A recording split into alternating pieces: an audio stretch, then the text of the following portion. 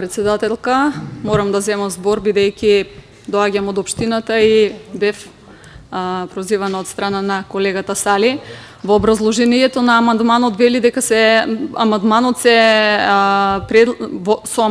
предлага да се обезбедат средства за реконструкција на дистрибутивната водоводна мрежа во градот Радовиш.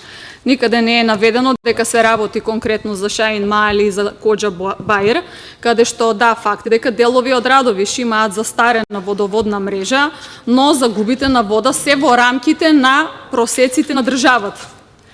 Значи, бројот на дефектите, мене како што ми дадоа податок од јавното предпријатие кој што го спомна колегата, дека бројот на дефектите е просечен на големината на пресеците на цевководите и така да не е некоја голема загуба како што е наведено овде во образложението, огромни загуби на вода, значи далеку е ова што е во образложението наведено.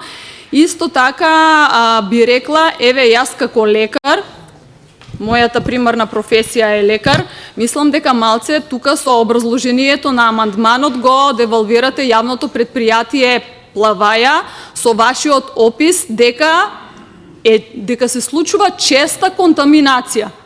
Ете, водата од водоводите во Радовиш, да ви кажам за информација, се проверува редовно во законски пропишани интервали, се прават редовни анализи на квалитетот на водата и слободно можам да ви потврдам дека контаминација на водата во Радовиш до сега немало врз основа на лабораториски анализи.